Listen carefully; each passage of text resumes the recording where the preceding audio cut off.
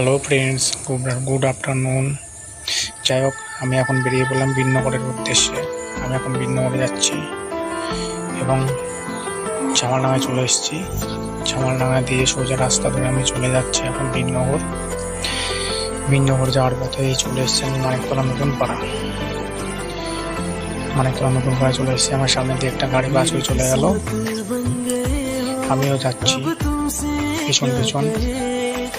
আমি তো মোটরসাইকেল জোরে চালাই না, খুবই আসতে চাই এবং চলে এসেছি মানিকতলা